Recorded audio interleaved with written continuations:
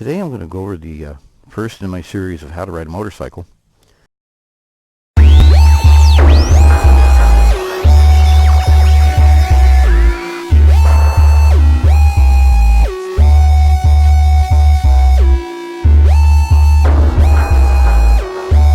And today is just going to be a basic introduction to the motorcycle. The motorcycle, of course, is a two-wheeled vehicle. It requires balance and movement to keep up, not fall over. Basic parts of the motorcycle, of course, are your engine, your tires, handlebar with the controls, the gas tank, oil tank. This is a Harley-Davidson 1200 Sportster, and most models are basically the same. There will be some differences. You need to look at your owner's manual on whatever you buy and whatever you get, but generally the functions are the same. First thing I want to say is you want to check your oil tank or your engine every day. You don't want to go too long without checking it. If it happens to use little oil, you're going to seize the motor up, and then this beautiful thing right here ends up being a scrap pile, unless you want to put 5, 6, 7 grand back into it, rebuild the motor or replace it. Checking the oil is pretty simple. You really just got to look at the dipstick. Yours might be located on the engine. This one's located in a tank. You pull it out, check the level, make sure it's got some on the stick, put it back in, and you're ready. Another thing I want to stress is air pressure in the tires. Check your air pressures in your tires weekly. Keep them at the recommended specification. What can happen is when you're riding, if your tire pressures are low, it can feel like the bike wants to slip out from underneath you. When you go into a corner and you go in a little bit hard, you lean over, it feels like the bike wants to creep to the outside because the tire is actually rolling instead of gripping. So just absolutely maintain your air pressure in your tires every time, every week. Make it a habit. As for controls, your foot controls, right hand side, that's your rear brake. You want to check that on a daily basis before you ride. Make sure you got pressure. Make sure it feels good. Handlebar controls, you have your throttle, you have your front brake. Again, you want to check that. Make sure there's good pressure to it. The left side is your gear shift, your clutch on the handle here. You want to pull that cable, make sure that feels good and stiff. Make sure you can feel the clutch moving. When you do it 2 or 3 times, you'll understand what I'm talking about if you've never done it before.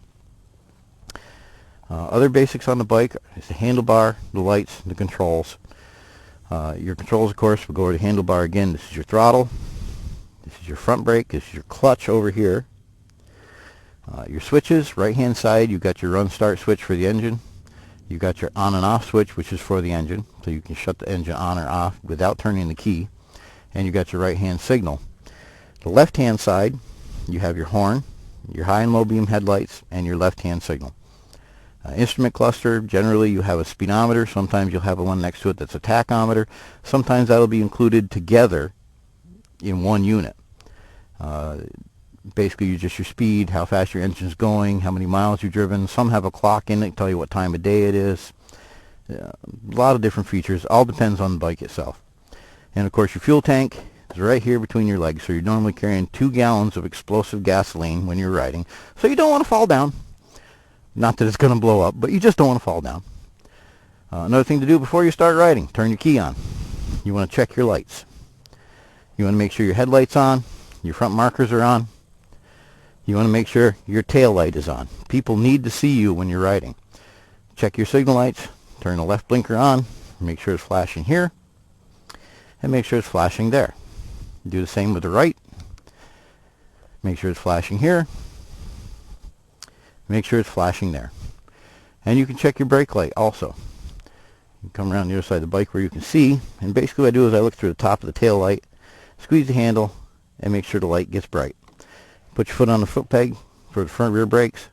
Same thing. Make sure it's flashing. Other than that, it's pretty basic, pretty simple. Key switch on and off. Nothing real spectacular, but they're just a fun machine, an absolutely fun machine to ride. If you're looking to ride, make sure you find one that's the right size. Make sure you're comfortable on it. Make sure it's not too heavy. Make sure it's not too light. You know, if you're a 7-foot guy, don't buy a Sportster like this. You ain't going to fit it. If you're a 3'2" woman, don't buy a Sportster. You ain't going to fit it. But for the average person, this is a good sized bike. Start out on a 1200 or an 883. is pretty much right up your alley.